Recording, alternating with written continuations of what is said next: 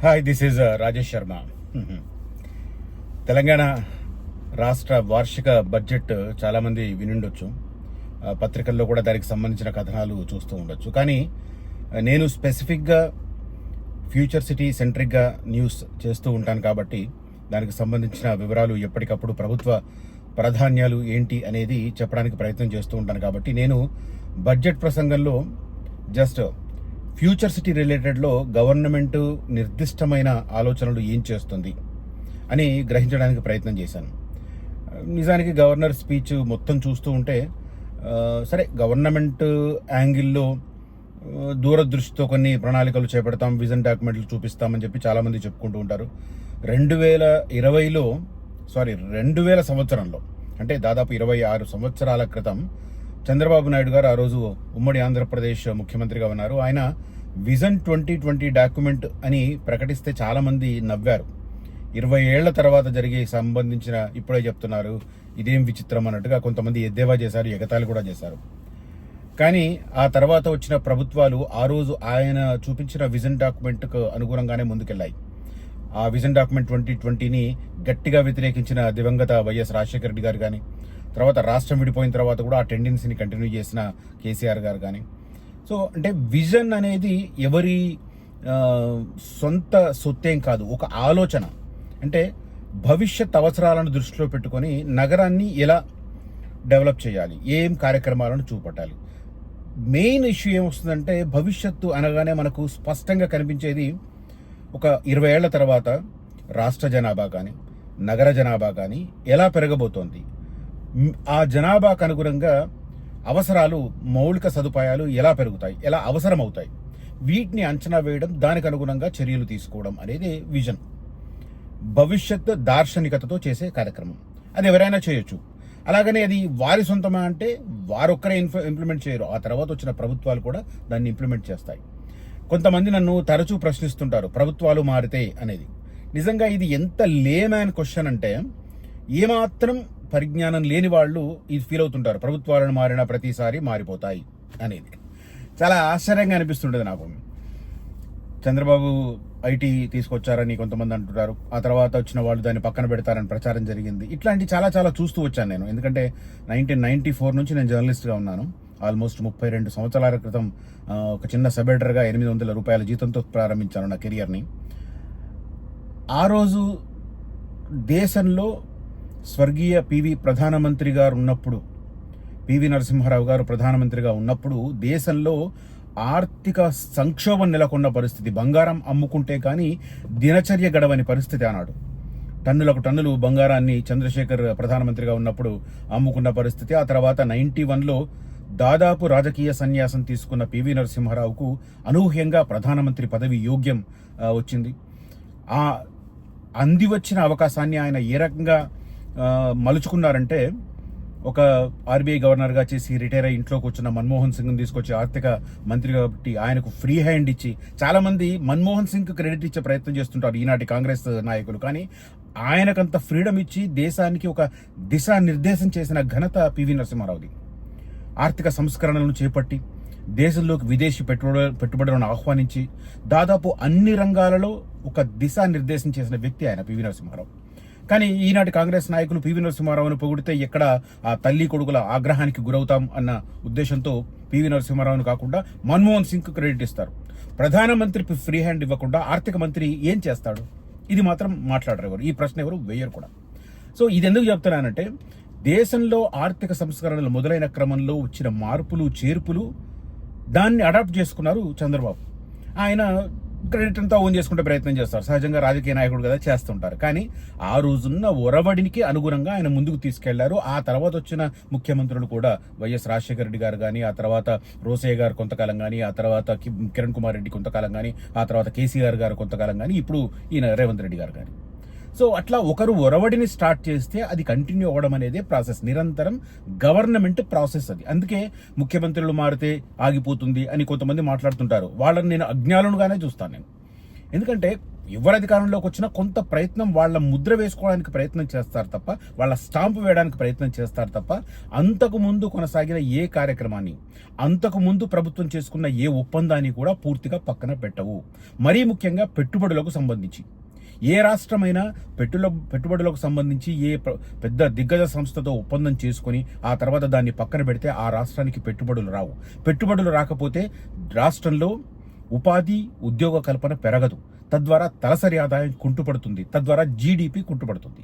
ఇది తెలిసిన వాళ్ళు ఆ ప్రశ్న వేయరు, ఇంత లోతుగా ఆలోచించే అది తెలియదు చాలా మందికి. కాబట్టి అజ్ఞానపు ప్రశ్న వేస్తుంటారు. ప్రభుత్వం మారితే, ముఖ్యమంత్రి మారితే అంటుంటారు. ఏమీ మారదు, ముందుకెళ్లడమే. ప్రభుత్వాలు నిరంతర ప్రక్రియ, అధికారులు సంతకం చేస్తారు. కొంత వాళ్ళ ముద్ర పడడానికి రకరకాల రాజకీయ నాయకులు వాళ్ళ కుయుక్తులు ఉపయోగిస్తారు కదా, అలాంటివి ఉపయోగిస్తారు, నో డౌట్ అందులో. రైట్, పూర్తిగా రద్దు చేస్తే మాత్రం ఆ రాష్ట్రానికి పెట్టుబడుల ఒరవడి ఆగిపోతుంది. రైట్, ఇదంతా ఎందుకు చెప్తున్నానంటే, ఇప్పుడు తాజాగా ఈ గవర్నమెంట్ వచ్చే 21 సంవత్సరాలకు సరిపడా, అంటే 2041కు సరిపడా ఒక విజన్ డాక్యుమెంట్ ని వ్యక్తపరిచింది మొన్న గ్లోబల్ సమ్మిట్ లో. అంటే 2047 కల్లా రాష్ట్రాన్ని ఒక ఆర్థిక పరంగా $3 ట్రిలియన్ వ్యవస్థగా మార్చడానికి చర్యలు తీసుకుంటామని. మరి అందులో ఏమేం చర్యలు తీసుకోవాలి, పెరుగుతున్న జనాభాకు అనుగుణంగా ఏమేం చర్యలు తీసుకోవాలి, ఇది విజన్ డాక్యుమెంట్ రూపంలో చెప్పారు. ఆర్థిక ప్రగతికి ఎలాంటి చర్యలు తీసుకుంటారు, గ్రోత్ కారిడార్ల ఏర్పాటుకు ఎలాంటి చర్యలు తీసుకుంటారు, అదే సమయంలో శరవేగంగా పెరిగిపోతున్న హైదరాబాద్ మహానగర జనాభాను అకామిడేట్ చేయడానికి ఎలాంటి చర్యలు తీసుకుంటారు, అదే సందర్భంలో పెరిగిన జనాభాకు అనుగుణంగా ప్రజా రవాణా వ్యవస్థను, అంటే రోడ్డు కావచ్చు, రైలు కావచ్చు, మెట్రో రైలు కావచ్చు, MMTS కావచ్చు, వీటిని ఎలా మెరుగుపరుస్తారు, ఇంకా ఏదైనా కొత్తగా అడాప్ట్ చేసుకుంటారా ప్రజా రవాణా వ్యవస్థను. అదే సమయంలో విచ్చలవిడిగా జనం పెరిగిపోతే సహజ సిద్ధంగా ఏర్పడిన కుంటలు, చెరువులు, వాటి పరిస్థితి ఏంటి, వాటిని దున్నుకుంటూ పోతే రేపటి తరాలకు మనం ఈ భూమిని ఇలాగే అందించగలమా? ఇలాంటివన్నింటి అంశాలను మానవ జీవితానికి కంటిన్యూస్ ప్రాసెస్ అవ్వడానికి ఏమేం అవసరాలు ఉన్నాయో దాన్ని జాగ్రత్తలు తీసుకుంటూనే ఒక ప్రగతిని తీసుకురావడానికి ప్రయత్నాలు చేస్తారు. అలాంటి విజన్ డాక్యుమెంట్ 2047 మొన్న గ్లోబల్ సమ్మిట్లో చేశారు. ఈ లేటెస్ట్గా వార్షిక బడ్జెట్లో ఏం చెప్పారనేది నేను చెప్తాను క్లియర్గా. ఫ్యూచర్ సిటీ సెంట్రిక్గా ఏమేం చేయబోతున్నారో అనేది గవర్నర్ ప్రసంగంలో స్పష్టంగా చెప్పారు. ఫ్యూచర్ సిటీ సెంట్రిక్గానే హైదరాబాద్ భవిష్యత్తు ఉండబోతున్నదన్నది స్పష్టంగా ఉంది. ఎందుకుంటుంది అంటే అటువైపు ల్యాండ్ అవైలబిలిటీ ఉంది, ఎయిర్పోర్ట్ కనెక్టివిటీ ఉంది. రేపు పొద్దున ఏ ప్రభుత్వం వచ్చినా అటువైపే ల్యాండ్ అవైలబిలిటీ ఉంటుంది. కాబట్టి దాన్ని దృష్టిలో పెట్టుకుని చర్యలు తీసుకుంటున్నారు. భవిష్యత్ అంతా ఫ్యూచర్ సిటీలోనే అనేది విస్పష్టంగా చెప్పారు గవర్నర్ ప్రసంగంలో. భవిష్యత్ జంక్షన్గా మారనున్న ఫ్యూచర్ సిటీ మనకు తెలుసు. మొన్న హై స్పీడ్ రైల్వే కారిడార్స్ ను కూడా సెంట్రల్ గవర్నమెంట్ అనౌన్స్ చేసింది. అది కూడా మనకు శంషాబాద్ మహేశ్వరం మధ్య వస్తుంది. దాంట్లోంచి కూడా ప్రధానమైన రహదారులు ఫ్యూచర్ సిటీ దగ్గరగా వెళ్ళబోతున్నాయి. ఒకటి బెంగళూరు వైపు వెళ్ళేది, ఒకటి అమరావతి మీదుగా మచిలీపట్నం పోర్ట్ వైపు వెళ్ళేది. సో బందర్ పోర్టుకు గ్రీన్ఫీల్డ్ ఎక్స్ప్రెస్ వే, ఎయిర్పోర్టుకు అనుసంధానంగా మెట్రో, వీటన్నింటి సమీపంలో భారీ మాల్స్, మహానగరంపై ఒత్తిడి తగ్గించేందుకే ఈ చర్యలు. సో ఇది ప్రభుత్వం క్లియర్ కట్ గా గవర్నర్ ప్రసంగంలో మెన్షన్ చేసింది. విమానాశ్రయం, high speed railway terminals, metro station, greenfield express రహదారి, రతన్ టాటా రోడ్డు, వీటన్నింటికి చేరుకునేలా గ్రీన్ఫీల్డ్ రోడ్లు వెరసి ఫ్యూచర్ సిటీ భవిష్యత్ జంక్షన్ గా మారబోతున్న సంకేతాలను గవర్నర్ ప్రసంగం వేదికగా రేవంత్ రెడ్డి సర్కార్ విస్పష్టంగా వెల్లడించింది. దానికి అనుగుణంగా చర్యలు కూడా మనకు దానిలో మెన్షన్ చేశారు క్లియర్ కట్ గా. దేనికి ఏంటి అనేది కూడా మెన్షన్ చేశారు. మీరు అంటే ఇంకా డీటెయిల్డ్ గా వెళితే ఈ వీడియో కనీసం అరగంట పైన పడుతుంది.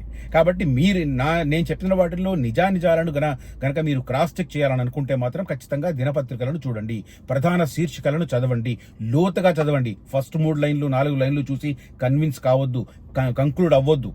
పూర్తిగా వార్త చదవండి, ఓపిక తెచ్చుకోండి. ఇన్వెస్ట్ చేయాలనుకున్న వారు ఓపిక తెచ్చుకొని చదవండి. నేనేం చెప్తున్నాను, గవర్నమెంట్ ఏం చెప్తుంది అనేది పొంతన ఉందా లేదా అనేది క్రాస్ చెక్ చేసుకోండి. చూసి వెళ్ళిపోయి నిర్ణయాలు తీసుకోవడంలో జాప్యం చేస్తున్న చాలా మందికి ఈ సమాచారం, నేను చెబుతున్న ఈ వీడియో, అదే రకంగా ఇవాటి దినపత్రికలు కనువిప్పు కావాలి. తగినంత వేగంగా నిర్ణయాలు తీసుకోవాలి ఇన్వెస్ట్మెంట్ యాంగిల్లో. ఇది నేను మళ్ళీ చెప్తుంటాను, ఇన్వెస్ట్మెంట్ అనేది 3 దశల్లో కొనసాగుతుంది. ఒకటి, ఏదైనా ప్రతిపాదన పేపర్ దశలో ఉన్నప్పుడు మనం అంతా ఒక విజనరీగా ఊహించుకొని ఇన్వెస్ట్ చేయడం, చాలా చాలా లాభపడతారు ఇలాంటి వాళ్ళు. సెకండ్ స్టేజ్ అంటే కన్స్ట్రక్షన్ యాక్టివిటీ స్టార్ట్ అయిన తర్వాత కొంత ధరలు పెరుగుతాయి కాబట్టి ఈ దశలో ఇన్వెస్ట్ చేసిన వాళ్ళు కొద్ది మేరకు లాభపడతారు. ఇక థర్డ్ స్టేజ్ అంటే పూర్తిగా మనకు కల్లారా అభివృద్ధి కనపడ్డ తర్వాత ఇన్వెస్ట్ చేసేవాళ్ళు బాగా డబ్బున్న వాళ్ళు. కానీ middle class, upper middle class వాళ్ళు బాగా డెవలప్ అయిన తర్వాత ఇన్వెస్ట్ చేయలేరు. అప్పటికి డబల్ పెరుగుతాయి రేట్లు. కాబట్టి ఇదంతా దూరదృష్టితో, ఒక దార్శనికతతో, ఒక విజనరీ దృక్పథంతో చేయాల్సిన పని ఇన్వెస్ట్మెంట్ కూడా. చాలా స్పష్టంగా బడ్జెట్ ప్రసంగాన్ని లోతుగా చదవండి. నేను గత 2 సంవత్సరాలుగా 20 నెలలుగా ఎగ్జాక్ట్ 20 నెలలుగా నేను ఫ్యూచర్ సిటీ సెంట్రిక్గా వీడియోలు చేస్తున్నాను. ఏమేమి అనౌన్స్ చేశారు, ఏమేమి ఒప్పందాలు జరుగుతున్నాయి, గ్రౌండ్ లెవెల్లో ఏం పరిస్థితులు ఉన్నాయి, రతన్ టాటా రోడ్డు వర్క్ ఎలా జరుగుతుంది, తక్కలపల్లి గేట్ నుంచి మేడిపల్లి రోడ్డు ఏ దశలో ఉంది, తర్వాత యాచారం మండల కేంద్రం నుంచి మేడిపల్లి వరకు వెళ్లే రోడ్డు స్థితిగతులు ఏమిటి, తర్వాత కొత్తగా సెకండ్ ఫేజ్ కోసం ప్రభుత్వం ఎక్కడెక్కడ భూసేకరణ ప్రారంభించింది, వీటన్నింటినీ విస్పష్టంగా చెప్తూ వస్తున్నాను. అవే బడ్జెట్ ప్రసంగంలో ప్రస్ఫుటించాయి. సో ఇవన్నీ సెంట్రిక్గా జరగబోతుంది. కాబట్టి ఇదంతా దేనికి అంటే ప్రధానమైన ఉద్దేశం ఒకటి, ఆర్థిక ప్రగతి. 2047 కల్లా తెలంగాణ రాష్ట్రాన్ని $3 ట్రిలియన్ ఆర్థిక వ్యవస్థగా డెవలప్ చేయడం. దాంతోపాటు 2040 కల్లా హైదరాబాద్ జనాభా 3 కోట్లు దాటపోతున్న నేపథ్యంలో ఆ 3 కోట్ల జనాభాకు అనుగుణంగా మౌలిక వసతులు అంటే రెసిడెన్షియల్ కావచ్చు, వాళ్ళకు ఆ కమ్యూటేషన్ కంటే ఇప్పుడు అంత జనాభా హైదరాబాద్కి ఎందుకు వస్తుంది? ఉపాధి ఉద్యోగ కల్పన వెతుక్కుంటూనే కదా. ఎవరు వచ్చినా హక్కును చేర్చుకుంటుంది హైదరాబాద్. ఎక్కడి నుంచి వచ్చినా, not only from Telangana but also Andhra Pradesh కావచ్చు, తమిళనాడు కావచ్చు, కేరళ కావచ్చు, కర్ణాటక కావచ్చు, గోవా కావచ్చు, నార్త్ ఇండియన్స్ కావచ్చు, ఎక్కడి నుంచి హైదరాబాద్కి వచ్చినా ఉద్యోగాలు కల్పిస్తుంది, ఉపాధి కల్పిస్తుంది, హక్కున చేర్చుకుంటుంది. అలాంటి సిటీలో ఎవరు ఇబ్బందులకు గురి కాకుండా ఉండాలి అంటే వాళ్లకు మౌలిక సదుపాయాలు ఉండాలి. అంటే ప్రజా రవాణా వ్యవస్థ స్పష్టంగా ఉండాలి, రోడ్డు రవాణా వ్యవస్థ స్పష్టంగా ఉండాలి. దాంతోపాటు పర్యావరణం పరంగా కూడా క్లియర్ కట్గా ఉండాలి. ఎందుకంటే ఢిల్లీ లాగా ఒక కాలుష్య పూరితమైన నగరంగా ఉండకుండా కాలుష్య రహితమైన నగరంగా ఉండాలంటే ఇక్కడ ఉన్న చెరువులను, కుంటలను, అదే రకంగా అడవులను, ఆ అడవులకు సంబంధించి వాటిని ప్రొటెక్ట్ చేస్తూ ఉన్న కన్జర్వేటివ్ ఏరియాస్ని కూడా రక్షించుకోవాల్సిన అవసరం ఉంది. దాన్ని దృష్టిలో పెట్టుకునే నెక్స్ట్ హెచ్ఎంఆర్ అంటే హైదరాబాద్ మెట్రోపాలిటన్ రీజియన్ HMDAకి సంబంధించిన మాస్టర్ ప్లాన్ 2050లో ఈ 3 అంశాలను దృష్టిలో పెట్టుకున్నారు. ఆర్థిక ప్రగతికి అవసరమైన గ్రోత్ కారిడార్లను ప్రొటెక్ట్ చేస్తున్నారు, ఏర్పాటు చేస్తున్నారు. అదే రకంగా రెసిడెన్షియల్ జోన్స్ ఏర్పాటు చేస్తున్నారు.